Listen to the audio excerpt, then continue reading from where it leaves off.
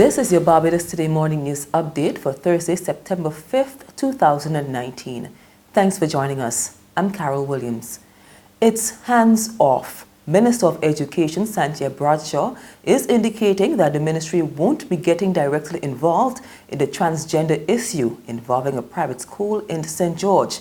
A Canadian mum is claiming that her 14-year-old, who was born a boy but identifies as a girl, is being discriminated against. She wants a teen to be allowed to wear girls' uniform, something the school board has reportedly said no to. The Canadian mother has started an online petition to raise awareness. The Minister of Education says she's aware of the matter, but it's been handled by the private institution.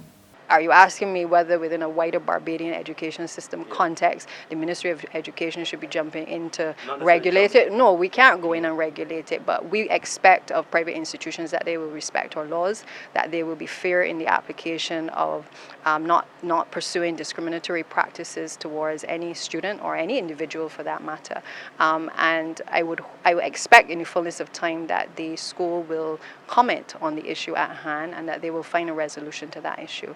But my information tells me that they have been more than accommodating in relation to the issue, and they're well within their rights to be able to make determinations in terms of their policies at the school. Persons are free either to pay for the students to go there or to not pay for the students to go there. It's now in the hands of the board of the Queen Elizabeth Hospital, so says Minister of Health and Wellness, Lieutenant Colonel Jeffrey Bostic, about a search for a new CEO. The management of the state-run hospital and the previous CEO, Dr. Dexter James, parted ways last month. Minister Bostic says he's due to meet with the chairperson of the QEH board in the coming days, at which time he expects to receive an update. That is a matter, to be honest with you, for the board of the Queen Elizabeth Hospital. They will do exactly what they have to do, go through their procedures, and then a recommendation will be made to the Minister of Health, which will then go to Cabinet. But up to this point in time, nothing has come from the chair or the board of the Queen Elizabeth Hospital, and that is the entity that has the responsibility for dealing with that issue. Barbadians have begun rallying in support of the Bahamas following the devastation caused by Hurricane Dorian. CEO of the Barbados Hotel and Tourism Association, Senator Rudy Grant, says the grouping will be playing its part and he's urging others to do the same. I'll use this opportunity to make the appeal to all Barbadians to do what they can to assist our brothers and sisters. We certainly, at the Barbados Hotel and Tourism Association, we are working in collaboration with the Caribbean Hotel and Tourism Association to provide relief and to provide assistance. And it's important, I think, that we assist the people of the Bahamas. The Guild of Students at the Cave Hill campus of the University of the West Indies is also stepping up. Owen Wills chairs the Guild's International Affairs Committee. We are collaborating with the island associations on campus as well as the Barbados Youth Development Council, and we already are formulating a plan in order to assist the local Bahamian students on campus. So what we plan on doing is to have some barrels with donated supplies here in the Guild. So if the Bahamian students who are on campus are, how do I put it, if they're not able to access their funds back at home for whatever reason, or their supplies back home, they're able to come to the Guild, get whatever they need, and in order to be okay while the storm passes or whatever, however long the time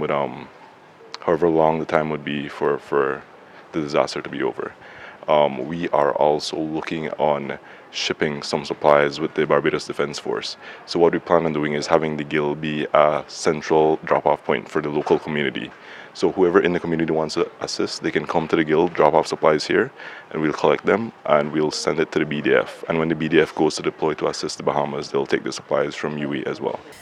Well, Bahamian authorities have confirmed at least 20 deaths so far. Fellow Bahamians and residents, so many families have been deeply impacted by the devastation, including those trapped during the storm.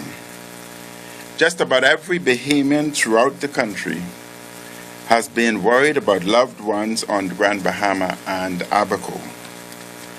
We have all heard the stories and accounts of looting and other disturbances. Bahamians are distressed that anyone would loot and further the suffering of those affected by this tragedy. This is a terrible disregard for the safety and security of others. Be warned. We will prosecute looters and other lawbreakers to the full extent of the law.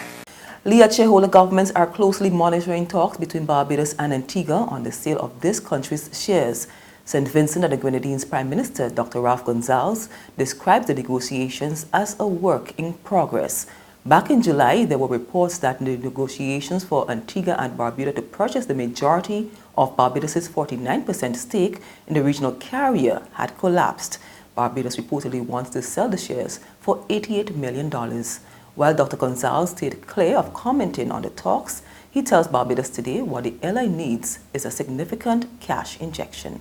Even if Barbados sells its significant portion of its shares and Antigua gets the majority, Barbados will still remain a significant player because they'll still be on the board.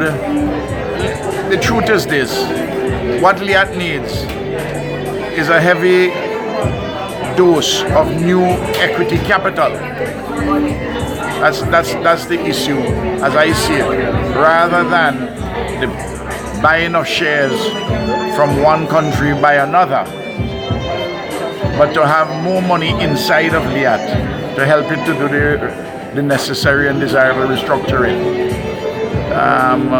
to serve the public better and to improve LIAT's bottom line. There's regional and international news after this short break.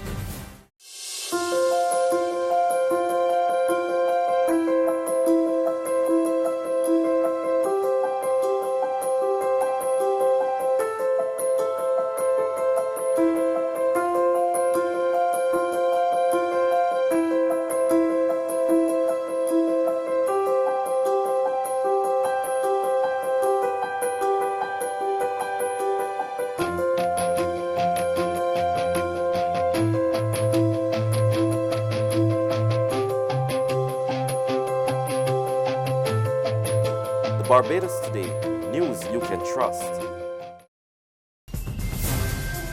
And internationally, a diplomatic row is intensifying after a series of deadly attacks on foreigners in South African cities. Nigeria plans to boycott an Africa's Economic Summit in Cape Town in response. The withdrawal of the Nigerian vice president from the World Economic Forum gathering has cast a cloud over initiatives to boost intra-African trade. For more on the attacks, we go to France 24. The district has been rocked by 2 nights of xenophobic violence, and it has spread to neighbouring townships. Several people have been killed. Shops belonging to foreigners were burnt and looted. Such attacks have been frequent in recent years in a country where the unemployment rate is nearly 28%.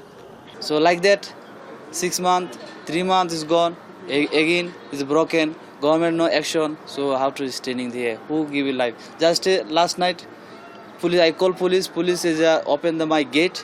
I coming out. If you know police not coming, is a beginning is dead. Me and my uncle. Local representatives visited Alexandra and condemned the violence. There's a xenophobic sentiment underlying this about foreigners having to leave. We are a democracy. We are a democratic society. We can't allow people to take the law into their own hands.